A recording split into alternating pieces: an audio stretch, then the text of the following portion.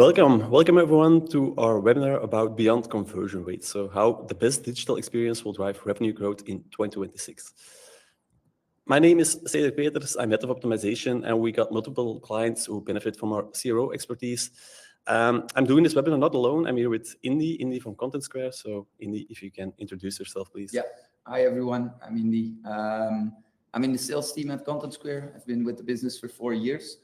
Very short, Content Square is a digital experience analytics tool. We help our clients in Belgium, such as Telenet, Orange, Proximus, but also retailers like Mediamarkt, Schoenen Torfs, Ici Paris Excel. We basically help them in analyzing behavior on their website and in their mobile application. So that means we have a lot of data, and I'll be sharing a bit more on that later on some benchmarks that we see. All right, thanks.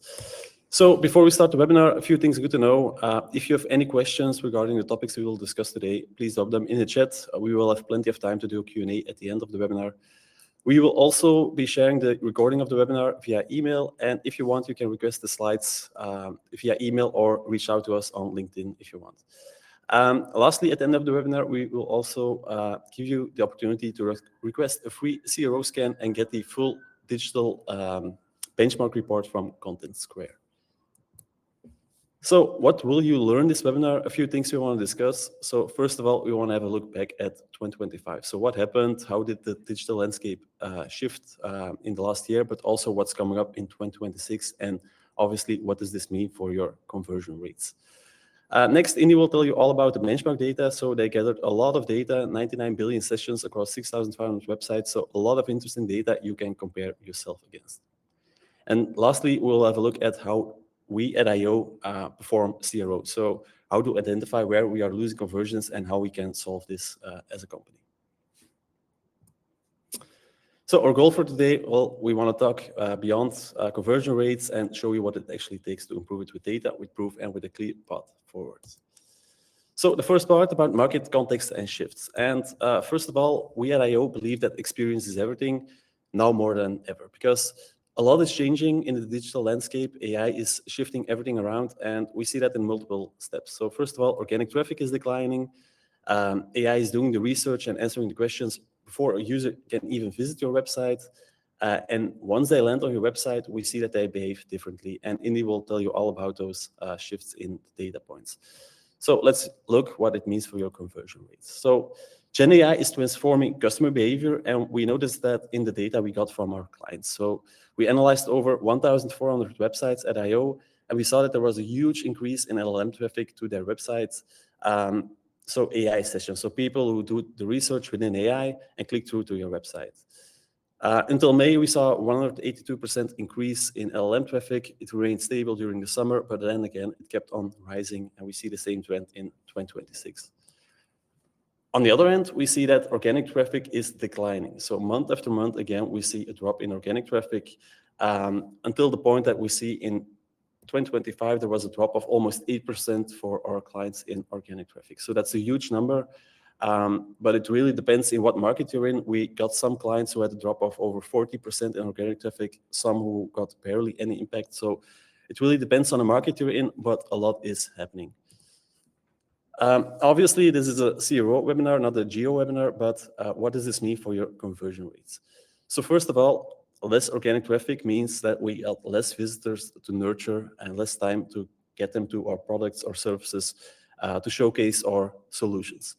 On the other hand, LLM traffic is growing, and it means that the customer journey happens externally, no longer on your website. So an AI-referred visitor lands very deep in your website and skip the homepage, skip the blog pages, skip your campaign pages, and so on. So this means that the funnel you create on your website, carefully with your designers, with your marketing team, and so on, no longer exists, because AI is skipping this customer journey, and a user lands with a high intent on your product detail pages and make decisions in minutes. So we no longer want to optimize the entire customer journey, or at least we need to focus on converting the moment they land on your website.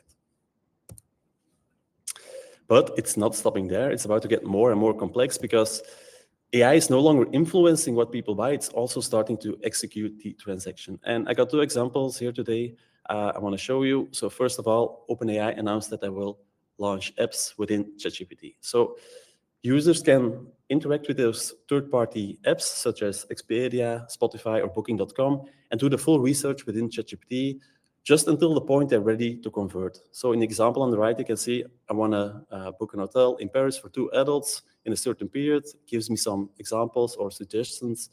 And once I'm ready, I go to Booking.com to complete the transaction. So in this case, Booking.com becomes merely the transaction point. The complete research happens externally within ChatGPT. A more recent example, in January, Google Cloud launched Gemini Enterprise for Customer Experience. And a short summary, it means that they will launch a full AI shopping agent. So agentic e-commerce, which can do the full reasoning, the research, and give you some products as well, which you can then add to cart and complete the transaction all within Gemini. So 2 examples. The first one, I want to buy a new set of headphones, gives me some products which might be interested on my behavior. I can do some follow-up questions, and then I can add the product to cart and complete the transaction all within this Gemini ecosystem. The other example is because Google also announced that they will connect multiple tools within the Google ecosystem, such as Google Photos. So if you want to buy a new pair of shoes or a new dress, you can also connect your Google Photos with it, and you can even try the clothes on. Let's see how you look with those. So a user does everything within this ecosystem without ever visiting your website. But then the question pops up, do we want this as a company, right? So, and that brings us to the DoorDash problem. And DoorDash, for those who are unfamiliar with it, in a more local equivalent is Takeaway.com or Uber Eats. And the DoorDash problem is a concept launched by The Verge, and it's a really interesting article, which I really recommend to read or watch the video about it. And it's about that just as DoorDash or Takeaway.com, AI becomes the shell around your business. It sits between you, your customer, and your company as a shell. And we are no longer optimizing for the clicks to our website. It's like if you want to order food today, you go to Takeaway.com, you see a list of prices and products and delivery times, and that's about it. You complete the transaction. You completely skip the brand's website and you go directly to the transaction within Takeaway.com. And there's a few problems there. First of all, you got the loss of brand layer, right? So AI strips away all your carefully designed UX elements, UI elements on your website. Only the pure data points remain. So think about it like this. If your website was compressed to a plain text file with just prices, services, delivery times, would a customer still buy from you?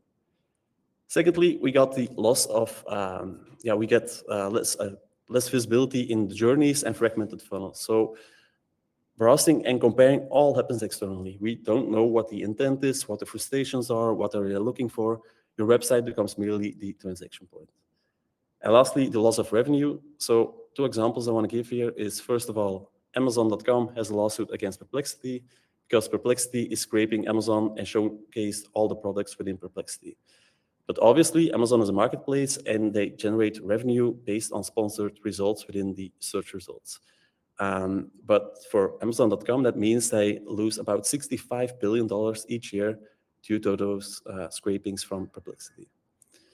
For a more local context, again, if you are comparing yourself with a competitor and you no longer give the best price or the best delivery times, why would a customer still choose you, right? So if you're not the price player with the best USPs, there's barely any competition anymore unless you got the lowest price, the best delivery times, and even the best return rates. So is it all bad news? Well, no. But there's definitely something changing. But the change doesn't happen overnight. But we should be ready because there is actually a shift. So a few takeaways I want to give you before we look at the numbers from Indy. First of all, your website still matters, but we need to consider both humans and agents. And once they land on your website, we must build trust instantly because the conversion should happen immediately because the warm-up journey all happens externally. Second, we need to convert without context. So we don't have the warm-up, we don't have the homepage visits, the campaign pages, the blog pages. There is no nurturing, so we should close the gap in landing and buying in minutes. And lastly, answer every question. So prices, specs, reviews, delivery times, and so on. If it's not available on your website, a user won't go looking for it, and an AI agent will search the web for relevant results. And if you can't find any relevant results, it will make up some results and give an answer anyway. So the companies who are winning in 2026 are the ones who know where to convert on their website and act on them with data. And that's exactly what Indy will tell you all about today. Yep.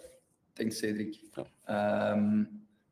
Before I go to the benchmark report, very interesting what you mentioned about the ChatGPT apps. That's a request we're getting more and more from our clients. We are also able now to track behavior within an LLM like ChatGPT, so we can track how people behave with those apps. It's a question we see arising more and more within our customer base. Now, I'm going to walk you through our benchmark report. So each year we publish a benchmark report. Usually that's around Valentine. And yeah, as mentioned, we track behavior on websites, mobile applications for a lot of clients. That means we have a lot of data as well. To give a bit of context, Content Square technology is being used on more than 1.3 million websites or mobile applications globally. For the benchmark report, what we've done is we've only looked at our enterprise clients. So that means that's roughly 6,500 websites in 71 different countries. So take that into context that we're in the Benelux region here, so there's small nuances. We have industry-specific insights. I'll touch upon those during my presentation. And very important to know is that we're going to analyze the activity of Q4 2025 versus Q4 2024 to make sure that we have an accurate and up-to-date data set. Now, I'm going to be talking about traffic. I'm going to be talking about conversion. I'm going to be talking about engagement and frustration. So those are the different topics. I think traffic is not going to be the biggest surprise for most people on the call today. Traffic is down, especially organic, like you've mentioned. Also not a new phenomenon that acquisition costs are rising. We see that it's increased roughly 30% over the past 3 years, meaning a visit has never been worth as much as it is today. So it's, yeah, everyone's job to make the most out of every single visit. And we see a small increase in paid traffic. In 2024, that was still 40% roughly. In 2025, that rose to 42%. Main traffic remains on mobile. We've all heard design for mobile first. We've seen a big surge in paid social traffic. However, if you look at the conversion of that specific channel, we see that it's still underperforming. Paid social in every benchmark report that we publish each year is taking a big role within the traffic mix, but conversion doesn't usually roll out of that. We see that it's more of an informative channel. People are browsing your website, looking for inspiration, and then the actual conversion happens in a second, third, fourth session afterwards, potentially even on a desktop device. Very interesting. You spoke about AI traffic already. We noticed a very, very big jump, 623%. However, small note there, it's only still 0.2% of total traffic. So it's still relatively small, but yeah, if this trend continues over the coming years, it's going to be a big portion of the traffic mix in a couple of months or even years. Now, onto engagement. In engagement, we look at a metric we call consumption. In consumption, we define as time on site, page views per session, and the scroll rate, so how far are people scrolling down. Overall, we've seen that consumption has decreased.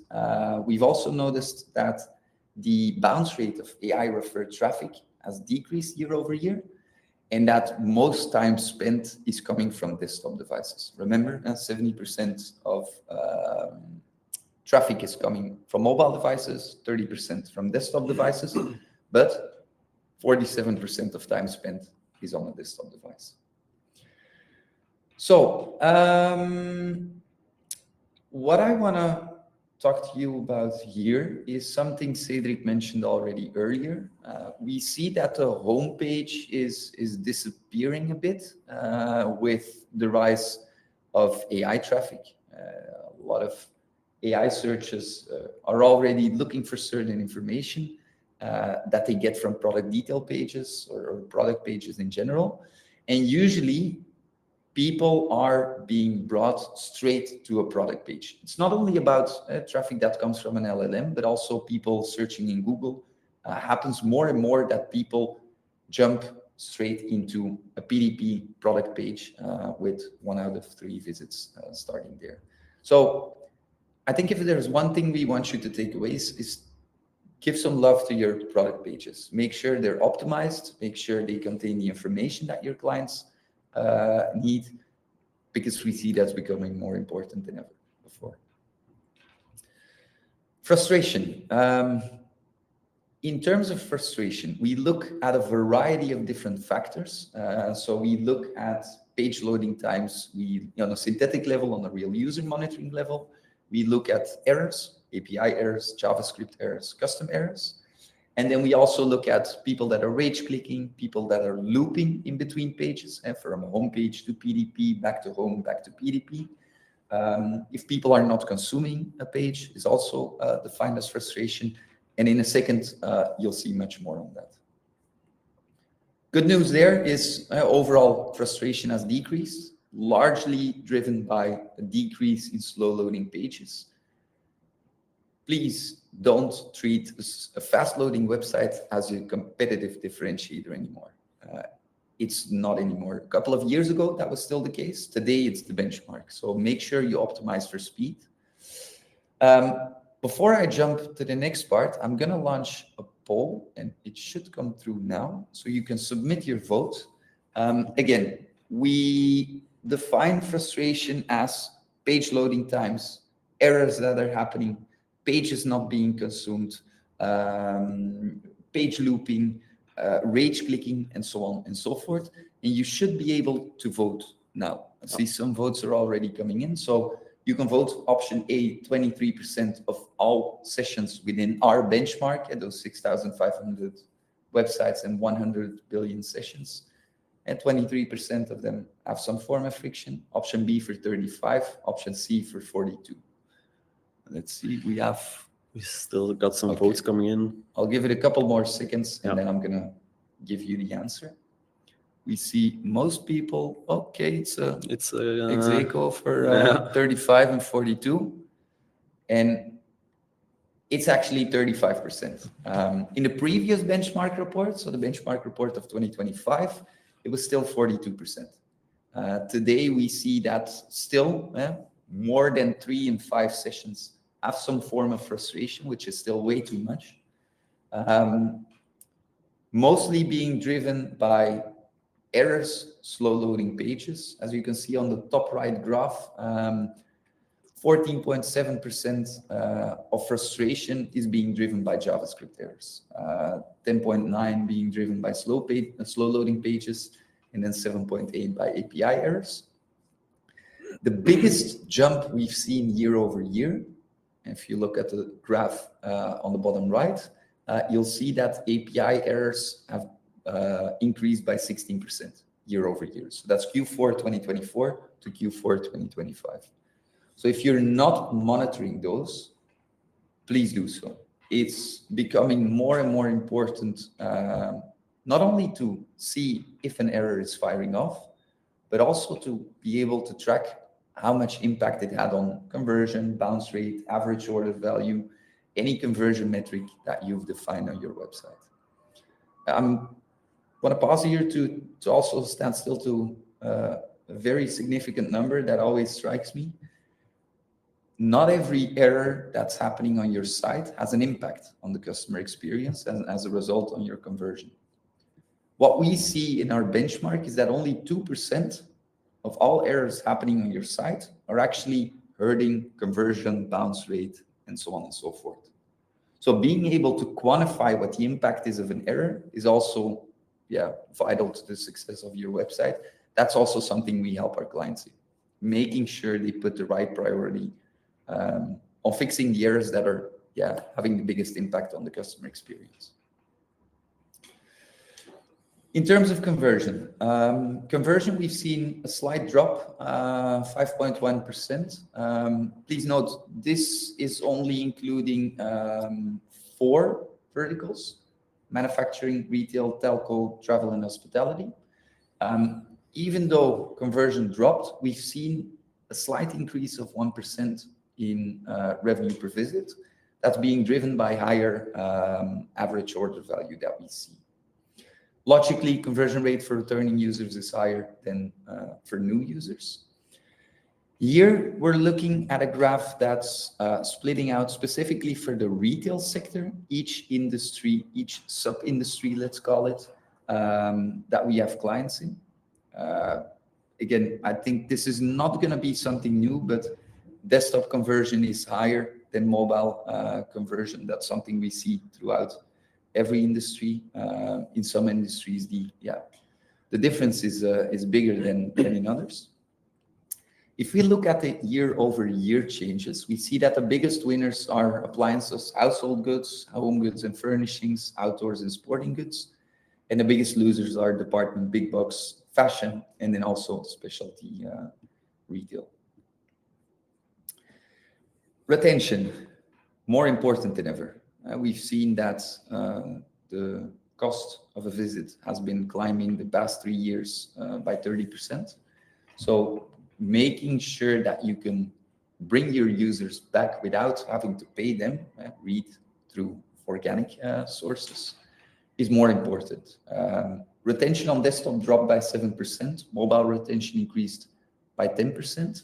And then logically, we also see there's more page views for sessions with more return visitors, simply because conversion rate is higher, meaning you'll go through a checkout process, which obviously correlates with what you see there. And interesting, again, in the beginning of the presentation, I mentioned only 0.2% of traffic is being driven by AI referred channels. We have seen a very big increase of plus 55% year over year in conversion rate for AI referred traffic. So honestly, I'm very curious to see how that's going to develop over the coming months and years, and definitely something we'll be investigating in our benchmark report in 2027 as well.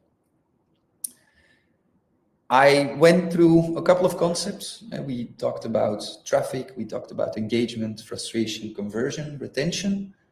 We also have industry-specific benchmarks. We have one for financial services, one for retail, one for travel and hospitality, and then we have a general one. If you scan the QR code here, you'll be brought to the Content Square website, and you can download the benchmark report there. We'll also make sure to send this out after the webinar. And I'll hand it back over to Cedric. All right. So if a click becomes 30% more expensive and people land deep in your website on a product detail page, well, we can't let those high intent and expensive traffic leak away through a poor experience. And that's why at AO, we want to implement a solid process to optimize your website for your conversion rates. Because to survive this new reality, we need a system and not a gut feeling. And CRO is a process and not a project. And we see a lot of companies that treat CRO as a one-off fix. They see an issue on their website and want to fix it immediately, and job's done. Next to the go to the next topic. Well, CRO is a process, and we first of all need to stop guessing, and we need to know what to fix and in what order. So first of all, we need to know what's happening on our website and where are we losing conversions, how to solve this with a testable hypothesis, and how do we validate those tests and make sure that we learn from them and create a knowledge base about our users. So let's go to all those steps. So first of all, to research and analyze. So we really need to understand what's happening to get away from the gut feeling and opinions from your manager, for example. So we use the insight model to do so. We want to know, what does the user do on your website, how often and why, and what does user say, how often and why. And we can use several tools to do to get this research, to get those insights like analytics platforms, heat maps, usability tests, surveys, and so on, to get this complete picture. But what's often happening is that most companies look at the top left quadrant. They look at their analytics tool and they see an issue, but they don't know why. And it's like going to a doctor when you're sick and the doctor tells you you have a fever, but doesn't tell you why. And that's exactly the same with GA4. It doesn't examine, it doesn't do some extra research, it doesn't ask you follow-up questions. You just know what is happening, but you don't know why. And that's exactly why we want to have a complete picture with this insight model. What does the user do? What does he say? How often and why? And only when we can fill in those quadrants as good as possible with as much insight as possible, we can define what we need to fix and how important it is to fix. And to determine this order or to prioritize those fixes, we use the ICE framework. So we can get away from opinion, like a certain manager in a specific vertical can have some opinions or think that their issues are more important than anyone else. With this ICE framework, it gets that out of the way. So this ICE framework helps us, first of all, to determine what is the impact of our hypothesis, how confident are we that this will actually fix it, and what is the effort? So how easy is it to implement on our website? And if we do this, we get a list of objectively ranked tests based on data. There's a name for those people. They're called hippos. Yeah. You know them? Yeah, I know them. The highest paid person's opinion, Yeah. I believe it is. Yeah. Definitely something we see a lot at companies. Their manager tells them something and they follow up immediately. So we need to get that out of the way. So we often use this model, the ICE framework. There are multiple variations online available, but this model helps us to, first of all, get a list of hypotheses, determine the impact. So is it something above default? Is it running on high traffic pages and so on? How confident are we? Did we see it in a user testing? Did we get it from surveys and so on? And then the ease of implementation. So how much time does the developer need to fix this issue or a marketeer to implement it on the website? And all those criteria we can combine into a total scoring, and on this way we can determine the priority of our hypothesis. Next, we need to test them, because a lot of teams, again, they know what the fix is or they know what the issue is and they think they'll know how to fix it. But if we don't test it, we think they'll work, but we're not quite sure if it will actually help or hurt your website. So before every test we do, we want to define 3 things up front. So first of all, what does a win look like if we test an hypothesis? What does a loss look like? And what to do in each scenario. So to give you an example, what does winning look like? We can determine a primary metric and a secondary metric. For example, the checkout initiation rate, we want to increase with at least 5%, and a secondary metric or average order value should at least be stable or increase as well. And by doing so, we can create a conclusion model. And it helps us to have a discussion before we implement a result. For example, the checkout initiation rate is increasing, but the average order value is dropping. That's not a clear win. It forces us to have this discussion upfront and once we get to the results. And then lastly, we want to implement and learn from them. So a winning test is something temporary, but once we document everything, we get a full picture of our audience. So we want to know, what did we test? What did the data show? What did we implement? What did we learn? And what questions it raised? And by doing so, we get a list or a knowledge base about our users, and we know what triggers something for our audience, which might be different on another website. Fixes who didn't work, which we will never revisit again. And it gives us some questions to fuel the next cycle and create new hypotheses. And by doing so, we no longer just create a better website, we create a knowledge base about our users, which a competitor can just copy paste. We can follow some best practices, but by creating a knowledge base, we actually know what works for our audience. To showcase you how we do this at our clients, I brought a case from Landal Green Parks, and they had an issue. So the challenge for Landal was that their mobile conversion rate was lagging far, far, far behind on desktop. And there were a few issues there. There was no focus. Everyone was yelling some ideas and everyone was immediately fixing them. They trusted just GA4, so they knew there was an issue, but why was it happening? They didn't know. And there was a fragmented way of working. So a lot of different teams, all with their own priorities, all immediately implementing their fixes. So what did we do? We did a few steps. So first of all, We used Content Square to create heat maps, analyze the funnel, checked click behavior, so we knew exactly where there was frustration or where they were clicking on other elements we didn't expect, and so on. And by doing so, we created the list of hypotheses. We then, each quarter, selected the ones with the highest priority based on our ICE model. And lastly, we implemented and learned from them. So we created a knowledge base for the Landau users to get more insights about their users.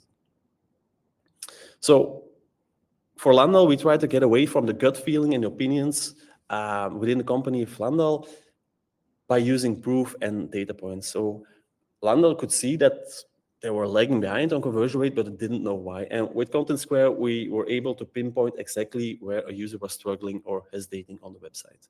So we got a lot of insights from Content Square, exactly where the drop-off point was, where there were some rage clicks on the website, and yeah, the data from Content Square helped us to prioritize our hypothesis. So what was the result? Well, we more than doubled the conversions on mobile in just 4 years. We did a lot of stuff like a redesign of the booking flow, better and more immersive photography, flexible booking solutions, some nudging like, with the label, only 2 cottages left, and social proof as well, like so many people are watching this cottage at this moment. And by doing this process, we got the data before the decision. So with Content Square, we revealed why was something happening and not just what. We got a structure, so we got the quarterly epics, ICE prioritization, and conclusion model, so got away from the gut feeling, and a long term. And that's really important. As you can see, it's in 4 years, so not just a one-off fix, years of partnership to build knowledge about our database, about our audience, which a competitor cannot just buy or copy paste. So to wrap this up, a few takeaways we want to give you before we end the webinar. A lot is changing, the landscape has shifted, so we need to be ready. So AI is bypassing our funnel. We need to focus on those product pages. We need to focus on the complete customer journey externally, but also on your own website. And once a user lands on your website, we need to build trust instantly. Because as Indy told you, the numbers don't lie. Traffic is getting more expensive and it lands with a high intent deep in your website to the product pages. So we need to close that gap immediately and build the trust and make sure that they convert as soon as possible. Otherwise, we're just throwing budget away. The way out, so yeah, the companies who are winning in 2026 are the ones with the biggest budget. They have the best system. So we need to get away from the gut feeling, get away from the traditional analytics, know why it's happening, and get an evidence-based CRO process. So that was it for today. If there are any questions, please drop them in the chat and we will be happy to answer them. 2 things we wanna mention here. If you want to know if your digital experience is keeping up, you can freely request the CRO scan. If you want to know more about the benchmark report, you can download the full benchmark report from Content Square as well. Exactly, and we'll be sending that over via mail as well. Okay. There's also another webinar happening, also between IO and Content Square.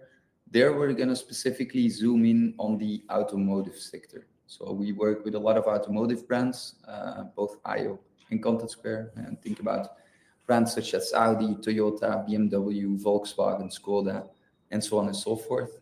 And actually our former client, Vincent Tilmany from Toyota, joined the team at IO, responsible for the marketing team there. And he's going to be running the webinar with 2 of my colleagues who are specialized in the automotive field.